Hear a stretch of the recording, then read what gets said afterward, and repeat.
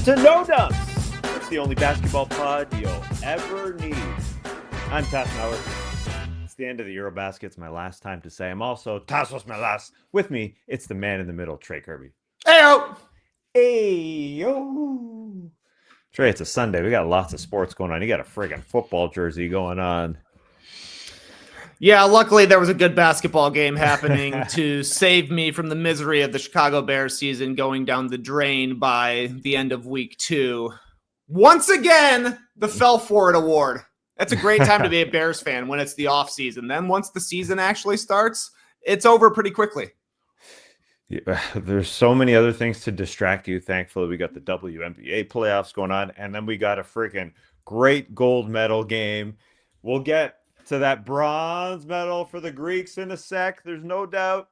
But let's get to that great finish of Germany and Turkey, the two best teams clearly meeting in the finals. I mean, after game 1 of Turkey, we all sat here and talked and said, okay, Turkey's taking the place for the third best team. Get out of here, France. Turkey's got a real chance at third. But then they go undefeated in the group stage and they get to one side of the bracket while Germany is on the other.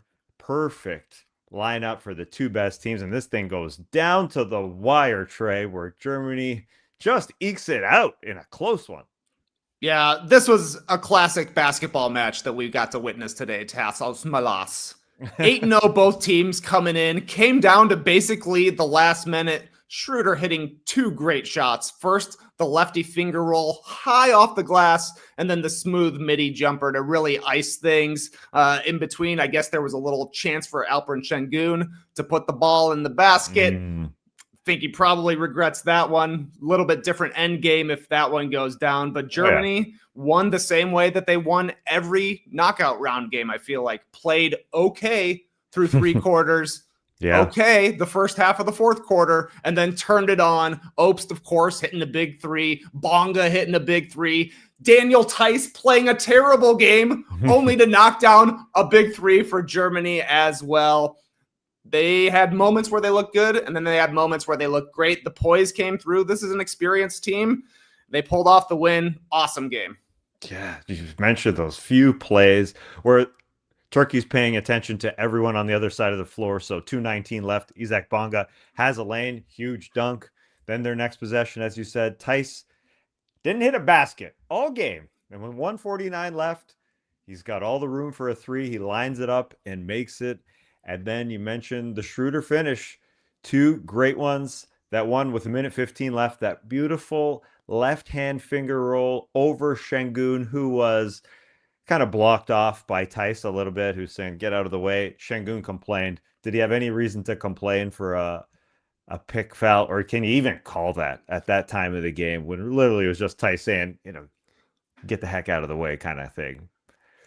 That's a tough call to make it that scenario. He wanted to call underneath when he missed the layup as well. And, Şengün had a couple of calls go against him that I think were probably tough calls from his perspective, but we want the players to decide the game, and that's what happened. Yeah, they did. And yeah, as you said, Şengün went the other way, missed a shot that could have put them up 1. And Turkey had the offensive rebound for a quick sec, but Schroder got down low for the strip and then took it to the other end where they got an offensive rebound, and then he was able to hit that mid-range shot. And then Şengün missed the 3 to tie it, potentially. So how do you feel about Şengün's game overall, and then the last few minutes where he just missed shots, really? Well, Şengün played awesome. 28 points on 50% shooting. Only 3 rebounds, but 3 assists as well. Played great defense, 3 blocks. I thought one of the mistakes made in this game was at the start of the second half. Şengün picked up 3 fouls in the first half. The last one came on a charge with like 25 seconds left. So at the start of the third quarter, Şengün was on the bench. I thought that was a crazy move. It was like a 10-4 run for the Germans. They come back, they take the lead with Şengün waiting on the bench. He comes back in and starts playing pretty well. I think another tactical mistake was on that last play when they're looking for a 3-pointer. Maybe run a play. It didn't seem like they had any sort of plan. They get the ball into Shane Larkin, who played great in the fourth quarter. He couldn't really get free. The announcers, myself, we're thinking Germany's going to foul here. Up 3, 19 seconds, send them to the line, as we've seen so many times, but they decided not to. And maybe that threw Turkey off. Maybe they were expecting the foul as well, because it didn't really look like they knew how to attack in those final 19 seconds, because it was just one guy ISO, didn't work out, try the other ISO, and Şengün chucks up a deep one on a night when he wasn't shooting it well from three. I think there are probably better ways to go about getting a three-pointer at that time. So those tiny little moments really were the difference in this game.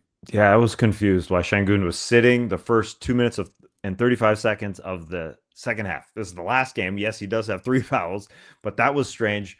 As you said, Germany took the Turkish 6-point lead and shut it down. I think it was 1 for Turkey still when Şengün came back, and then he kicked ass. Although I guess when he got that 4th foul with 4 minutes left, he fouled Theis as really like a take foul, because Theis was driving by him. He said, "All right, I'm going to foul him," and he committed his 4th foul. I thought, okay, well, maybe their coach was smart for keeping him out just so he didn't get foul trouble or get fouled out earlier than that, because he fouls, I suppose. But it was strange, and he just couldn't close the door on such a freaking beautiful tournament for him. Do you still think the MVP should be given to Şengün over Giannis Antetokounmpo in this tournament? And I'm not sure who's won it, because we turned it off literally as Germany was hugging Dennis Schroder, saying thanks to his dad, who looks exactly like Dennis Schroder. I'd never seen Dennis Schroder's dad before, but they look exactly the same. Should Şengün have won this thing, do you think? I don't know. I mean, Schroder did have 16 points, 12 assists, and the 2 game-winning baskets in the final. So I think he's got a good shot. Franz was the leading scorer for the German team, was awesome in the first half, not quite as much in the second half. Giannis was great, as we'll get to in the bronze medal game, great throughout the tournament as well. So I'm sure all those guys will make the all-tournament team. MVP, right. Look, the win counts a lot for me, so I would probably give it to Schroder. He hit the massive shots. He's got the stones. Give him the MVP. My goodness. He just turned it on when he needed to, those last couple minutes. And Franz had a great game, but then he slowed down a little bit. I can't wait to see Franz with a different team in Orlando that's fully healthy, with a guy like Desmond Bane who gives Franz some space, hopefully, in the mid-range, because he needs it. He's so good at it. He doesn't shoot the 3 ball all that well. I was wondering, watching all the pre-tournament workouts, maybe Franz's 3-point shot has come along. Still the same, but the incredible footwork he's got everywhere. Euro steps, D-cell. I mean, from everywhere. Like, he was giving it to Bona so patiently.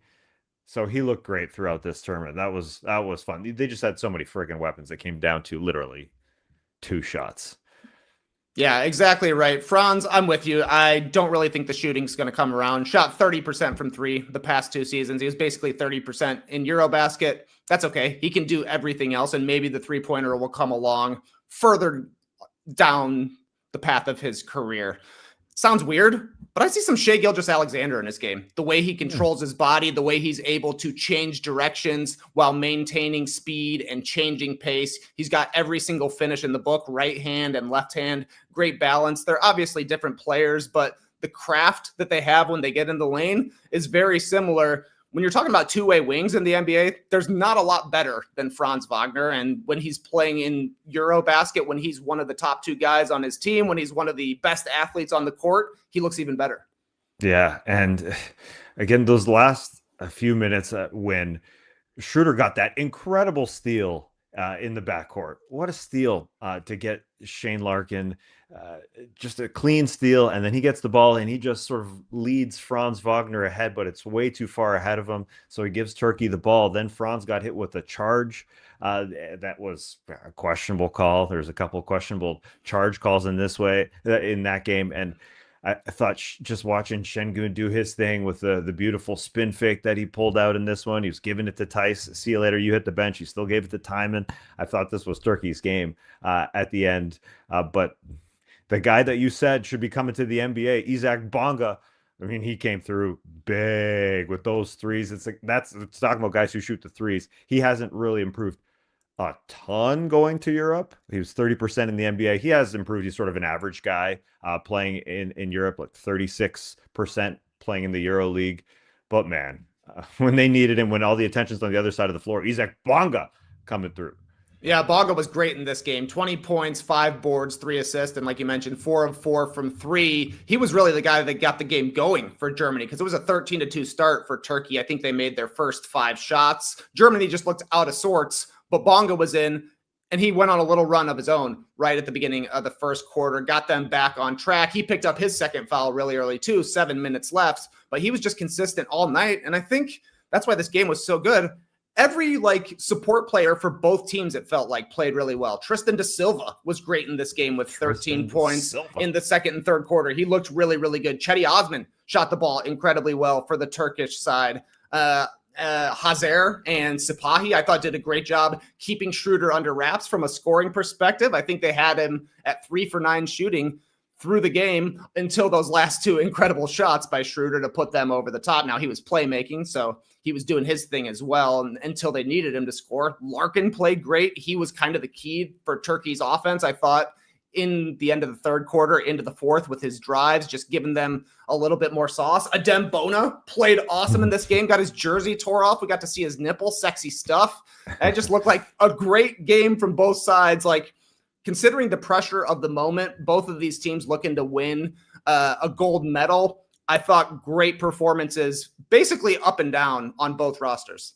Yeah, I had no idea that Adem Bona would literally go into the starting lineup in the second half because he was playing that good in the first half. He was 5 for 5 from the field. Obviously, no one should be comfortable shooting in the lane with Adem Bona around, a couple blocks. I always wonder, do NBA broadcasters watch these games and take notes and say, that was a good line there by Jeff, the play-by-play guy. I'm going to use that because after Adem Bona made some beautiful plays, that was a bona fide big play.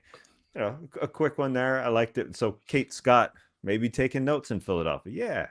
Yeah, I'm going to use that because it was weird because Osmani didn't have a good game. Going back to the semifinals where he was money from 3, and Bona literally took his place in the second half there.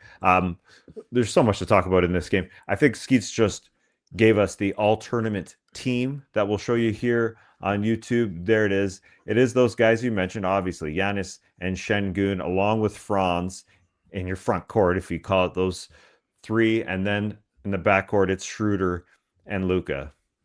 Pretty good team, obviously. Yeah, no real arguments. I guess maybe if you're a Finland fan, you're saying, where's Lauri Markkanen? But you can't really argue with these guys. I think there's just 6 players who are worthy of being on the first team. Yes, that's totally true. Any other notes you want to get to from this game? I mean, the Shane Larkin show, as you said, was just so good at being that alternative guy. He played so many minutes throughout every game in this tournament. It feels real to me that he is this Turkish player because he spent 7 years playing in Turkey after a little bit of a roller coaster to start his NBA career. I heard him tell the story this week when he said that I started my career with the Mavs, and in July, in my first practice when Mark Cuban came in, I got the chance to run a fast break, and I broke my ankle on that play, and so he didn't start off his career in the NBA well, and he ended up going to Europe and found his way. Again, 7 years in Turkey to take him right down to the wire. They obviously couldn't do it here, while Germany, World Cup champions, as I'm comfortable calling that now, 2 years ago in 2023 when they beat the U.S. in the semifinals, and then the EuroBasket champs. Honestly, Germany's going to have to beat the U.S.'s #1 team to be the world champs, but they are the FIBA champs for sure. They were. Yeah, that was the Anthony Edwards.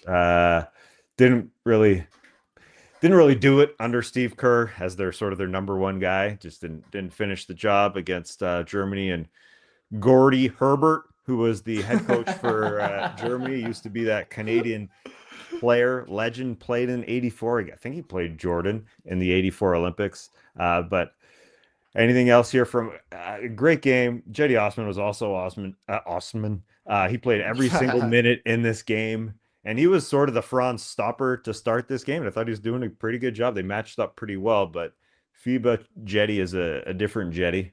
Yeah, he did a He's great job, I thought, in the second half. Kind of took Franz out of the game with physicality and effort. 23 points, hit 6 threes. I mentioned it on one of our podcasts earlier. Like, why doesn't he get another look in the NBA? Maybe he's more comfortable playing overseas, but had some good moments with the Cavs. Didn't hear quite as much when he was on the Spurs, but if he's able to shoot threes the way he has, he's a Yabusele, a guy who could maybe get another chance, just like I think Bonga's a guy that a team should at least invite to a camp and see if he could stick for a little bit. Then I think that's it for me. I will say one last note. It is cool to hear the referees, number one, talk to each other during the video review, talk to players, because usually it's pretty calm. No swearing really. It's beneficial. It's also it kind of makes the video reviews go by a little faster because you're not just hearing the play-by-plays guys talk about it. So the weird thing for me was though they went to see if a goaltend should have been called a goaltend because it was challenged, and it's the Canadian crew chief. It's wild. I know the referees' names here in EuroBasket, but Matthew Kallio. He asked the other referee. He said, "Is a trap ball in FIBA a goaltend?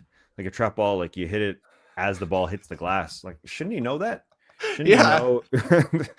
Yeah, that was a very funny review though, because he was going like frame by frame. He's like, up one more, up one more, up one more, up one more, up one more. What'd you say his name was? Matthew Caillou? Doesn't JD hate that show?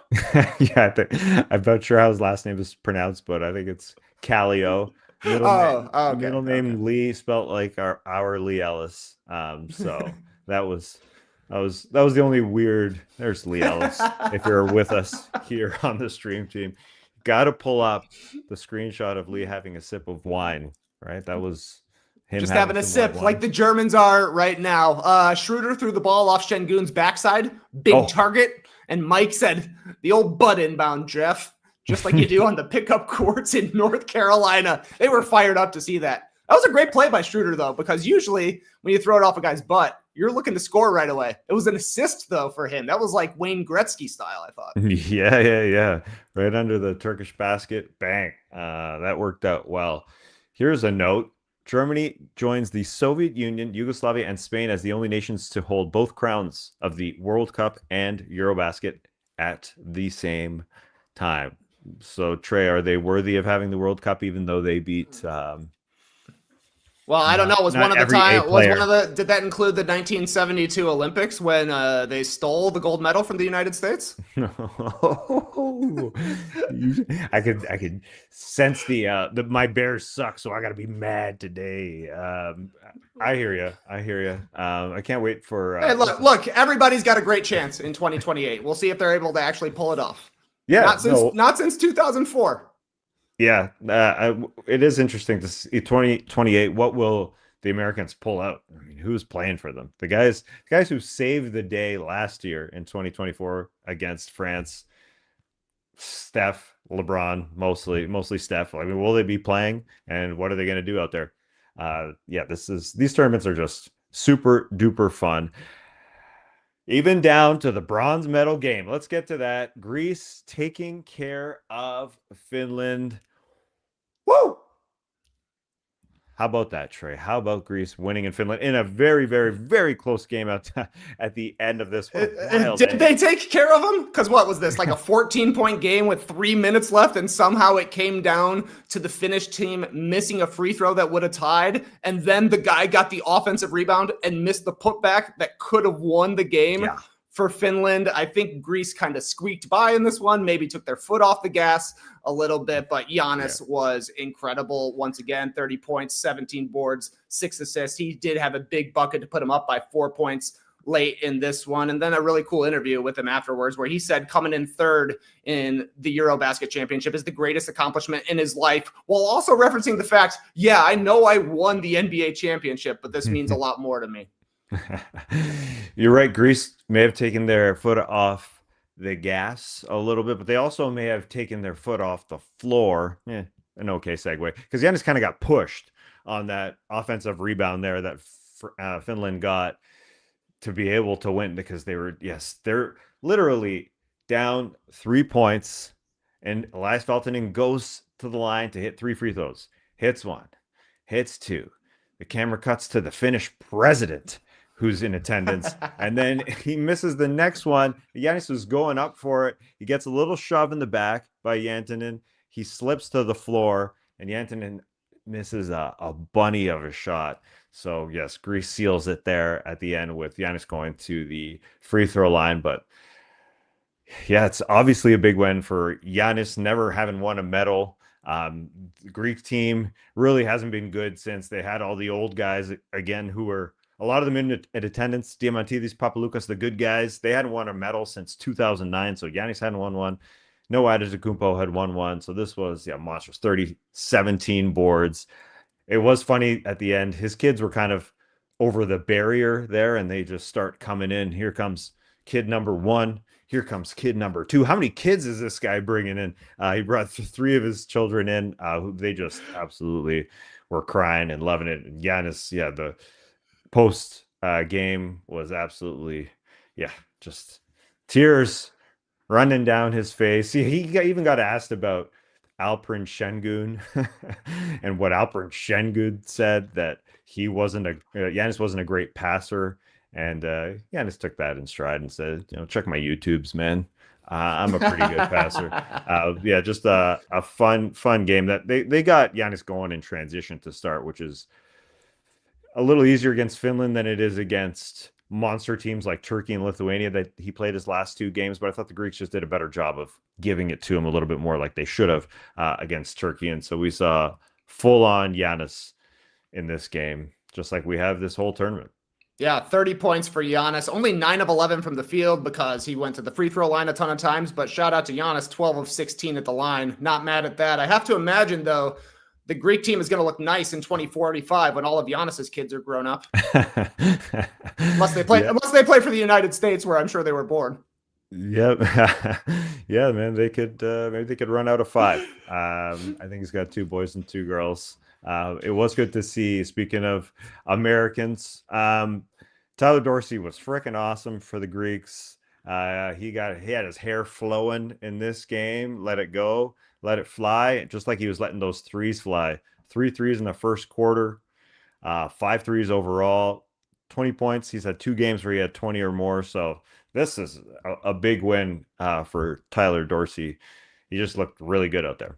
Yeah, 20 points for Dorsey and then 15 for Toliopoulos, I thought was kind of the difference, making threes, 9 threes between the two of them. You throw that in with Giannis going for 30. That's a good threesome for the Greek team, and they built a huge lead. It looked like they were home free, but Finland just didn't give up. Markkanen started hitting some shots, and they just kept knocking down every single shot they needed to, except for the last 2 that really would have put them over the top. But this was a fun one as well. A great medal round compared to the Final Four, which is a little bit of a dud, but it's worth it if the medal games are going to be like this. Yeah, the bracket filled out pretty perfectly to see Germany face Turkey. I think we've talked about Mika Marinin a ton in that hair flowing.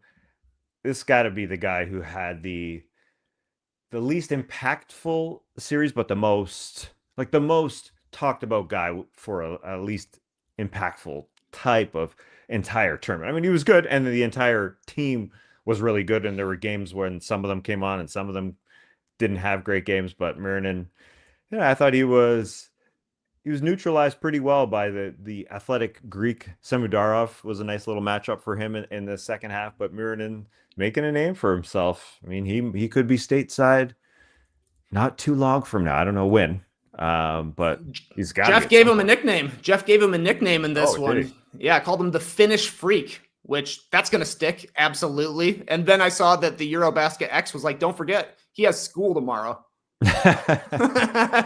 Quite the flight. He might be late for first period. But yeah, I mean, the guy scored 6.5 points a game. He only had 5 in this game. He was the 129th leading scorer in EuroBasket, and he was probably the number 1 most talked about non-NBA player. Yeah, for sure. I don't know. I guess we don't have a non-EuroBasket tournament team announced, but he could be part of it. With Shane Larkin was freaking awesome, as we talked about. But yes, Marina was talked about a lot. I don't know if it's the hair flow or whatever, but yeah, we especially you made some good videos out of that guy. We got some coverage of that guy. We needed to talk about that guy because he's just so freaking fun to watch. Again, the dunks that he misses are awesome to watch. So kudos to them. Kudos to the Greeks. A lot of crying done. Kostas Papanikolaou even crying. So congrats. I mean, this was really the biggest Greek game I've watched as a Greek since feels like 2006 when they beat the U.S. It really has been that long. So that was a game, man. That was a fun game. They didn't have it against Turkey in the semifinals, but they obviously showed up in this one. They both wanted to win it because Finland has never medaled, and that was huge for them. Again, their president in there, all the Greek legends who beat U.S. in 2006, and Diamantis and Papaloukas were there. It was a really, really great game. Yeah, great both bronze medal game and, of course, the gold medal game. Great way to end it. Yeah, and I was even happy for you to see Jorge Garbajosa and Hito Turkoglu sitting like 3 seats away from each other. Yes, just perfect. Did you shed a tear for Greece, or did you grin ear to ear for Greece? It was a grin. It was definitely a grin. I went and got a tissue for. I was handing it to my TV for Papa Nicolau and Giannis, but I wasn't crying. No, I got to be honest. I'm not gonna lie. No tears were had on this end. It's a happy moment for the fans, you know. Yeah, gosh, yeah, it was big. I mean, the La Sole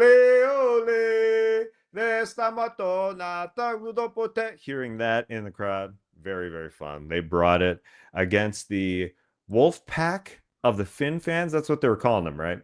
Yeah, they had some people dressed up as wolves sitting in the stands, which was pretty awesome as well. EuroBasket tournament is great. FIBA basketball is just awesome to watch. The effort and the passion from the players and from the fans, the coaches, like it's a different than just watching through the regular season in the NBA. You know, elimination games in the NBA get like that, I think, but every game in EuroBasket feels like it's a game 7. Yeah, and we had that comment up of Dennis Schroder being named MVP of the entire tournament. I know it's that time of season where we get a little too excited about the NBA, but I start to think, all right, Dennis Schroder, he can do it in the Sacramento Kings. But either way, obviously he FIBA'd it up to the max. Congrats to Schroder. Congrats to that frickin' team, man. Yeah, and Schroder, look, if you're a Kings fan, you're like, look at the playmaking. That's exactly what we need. He was setting the table for the most part in this game until he hit the 2 big shots down the stretch. And I kind of feel like that was Schroeder's MO throughout this tournament. He did have good scoring games. He was one of the leading scorers for Germany, but he felt much more like a facilitator than necessarily a scorer the way he plays in the NBA. So, yeah, he was really great. I don't know if it necessarily translates. Schroeder's a good player in the NBA, but once he gets to FIBA tournaments, he is Hall of Fame worthy, which is something I saw in the stream team and something I heard Tim Bontemps talking about on the Hoop Collective, is that should Schroeder and the German team go on to win the championship, which obviously they did, Schroeder got named MVP, it could make him a Hall of Famer once you include his NBA career, plus all the success he's had internationally. I don't know every international player that's made the Hall of Fame strictly on their FIBA performances, but the guy's been one of the best players in international basketball for a decade straight. And every time he shows up in these tournaments, you expect him to be the one that comes up in the clutch. Right. And that's the biggest test with him with the Kings is to allow Levine and DeRozan and even Keegan Murray, even Malik Monk. That's the question for me, playing the same position as a guy, to let those guys eat. And then, you know, when you got to, you go off. It was surprising to see. Yeah, he played so much. He played 34 minutes of the 40-minute game, 40 minutes in this one, and literally, you know, wasn't having a hot game shooting. But then, as he was needed, just because he was there, he had the ball in his hands for the entire game. He came through. That's my question with the Kings. Malik Monk's going to be on the floor a lot, so I just wonder how much they will share. Or we're going to see Schroeder floaters all game long. You're making me think too much about the Kings for September. Sorry, man. Yeah, go think about the Bears. I think we're done here. No, I also don't want to think about the Bears. I'd almost rather think about the Kings right now until I remember their 2 highest paid players and who they used to play for. And then I start thinking about everything that's going wrong with Chicago sports. Yeah, we do have a few weeks before we really deeply get into NBA basketball. Although we will be back on Tuesday to do a mailbag show where everybody's sending in great questions about the NBA season. Lots of good stuff. That'll happen on Tuesday. Also, Monday, tomorrow, Trey, you and Skeets, I think, are doing a Top Shot Hot Boys. Is that what's happening? The boys are back. The Top Shot Hot Boys are back. If you want to hear two old guys talk about 16 very old guys, this is the show for you. Tiny Archibald. What? Moses Malone. These are names we're going to be saying. These are highlights you're going to be seeing, Taz. Tune in on Monday. Oh, nice teaser. Very nice teaser. All right. That's it for me. I will say I learned that Susie Genji is finished for Wolfpack. Okay. So the Susie Genji was kicking ass out there. That's all I got to say about that. Otherwise, Clipper Bros. You heard it here first. Have a great time. Turn up. Love you guys. Awesome. Thanks for joining us. And remember, Germany are the world champions of basketball.